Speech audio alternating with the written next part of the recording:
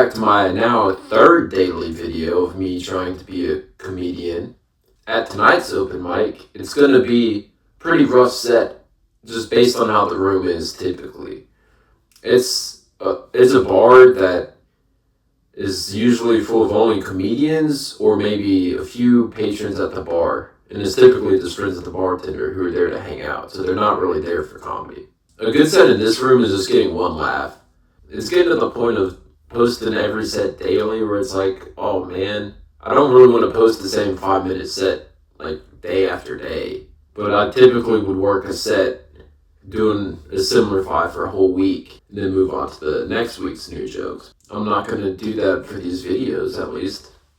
I want to keep it interesting. And it'll challenge me. Like, this is a good challenge. Maybe it will be bad material that comes out of this challenge, but it's still good growth. So hopefully I do something that's worth talking about. If not, I might just do something random, not related to my material, to stretch out the video a little bit. So something I did last week, I was house sitting with some dogs. Like, they're not very well potty trained. Like, they'll go in the house while I'm there and not let me know. But like, something I would try to do to see how they would react, like I would just act like I would get possessed. Like, I want to see if they would treat me differently. Still the same, they just get the zoomies and just run around. Like, I got bit by a dog because I was playing, like there were 2 dogs, and I guess it was like a little frisbee, and so I had one side of it, one dog had the other side, and the other one just bit straight on my thumb. It's like, you could have been somewhere else.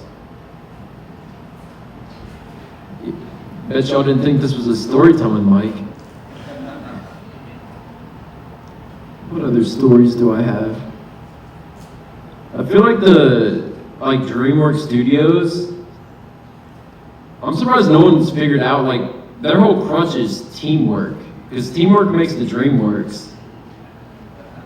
It's like all their movies are about, like, teaming up with people. It's like Shrek, they're teaming up. Shrek and Donkey in that one. Then there's Flushed Away, it's that mouse and that other mouse. They team up. And then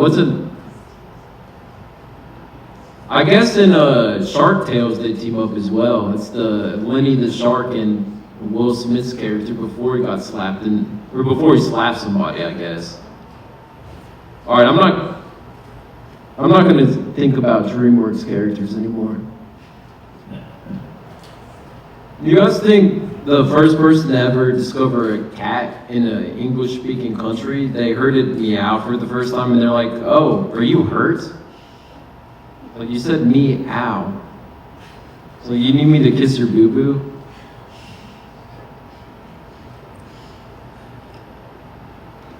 I decided to do that joke again. Like, I've done that probably 5+ times, and it's been the same reaction every time. I think that one's for me. Or that's what I'll tell myself so I sleep better. No, this doesn't affect my sleep.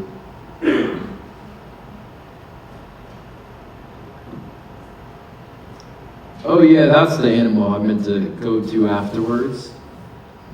I feel like if the first animal ever discovered was a parrot, it's like, I feel like you would think every other animal is much dumber than a parrot. It's like, oh, at least it's talking back to me. It's like, I see this squirrel just digging holes in the ground. It's like, but it won't talk back. Or like, what other animals don't talk?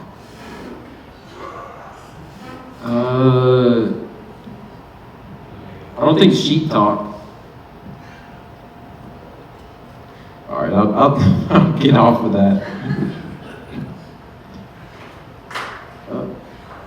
Well, I feel like the ideal way to run the hurdles is to not jump at all. I just don't think anyone's committed to training long enough to do that. That's what a comics open mic looks like. They're the only people within 20 feet of the stage was the person hosting and the person DJing, both who went up and are comedians. But at that mic, like, that's how the room typically is. It's like can't really get a read on material because it's people that aren't really there for like a typical comedy show. It's like the stuff that works in that room is stuff that's set off the cuff, or it's shocking enough it gets a reaction out of people. Like that mic, I've heard some of the craziest jokes I've ever heard conceived. Let's just say one of them involved a spider, and that's all I'm going to say about that. And also, like, the way I approached that room, I guess I could have talked about it a little better before I left, but I was in a hurry to get over there. I pretty much just go up there and workshop jokes. Like, that's why for a good chunk of that set, I was just sort of on stage thinking of stuff. It's like, all right, maybe when I come back to work this again in the future, maybe something I thought of up there could be turned into something. That's when you got to make the open mic self-serving. It's like, you got to do that you got to entertain yourself at rooms like that. Or just like work on something super specific, which I didn't do. You have to take the good from the bad in the open mics, or the open mics you're gonna get lost in the mics. Because if you don't have any positive takeaways, being at open mics is not fun at all, because it's brutal. But it's not brutal if you genuinely enjoy getting on stage trying to make people laugh. It's just, if you do it too much over a period of time, sometimes you just burn out and sort of lose why you're doing it. That's when you take a break. Like, I try to take a break before I get to that point.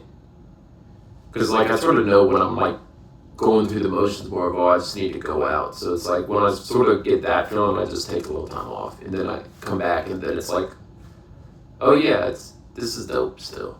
It feels less grindy. It doesn't feel like the same day every day to an extent. Because if you do too many open mics, the nights blur together just because you're talking to so many comedians, hearing so many jokes. You yourself are telling so many jokes. It's just the days start to blur together if you do too many open mics. I have to like start trying and changing jokes more, because a lot of the jokes I have, it just, to an extent, they're pretty much how, like, I don't change my jokes too much once I get them sort of working, because I have the perspective of if it ain't broke, don't fix it. And sometimes, like, shifting phrases or wording can ruin a joke. And it's like, I know I'm making an excuse for myself, because if I add on to those jokes, it's not like I'm changing the part that works. I'm adding on to it to see if I can make it funnier. So it still wouldn't break the joke. It's just, I guess I got to stop making excuses about that. That's all we have for today.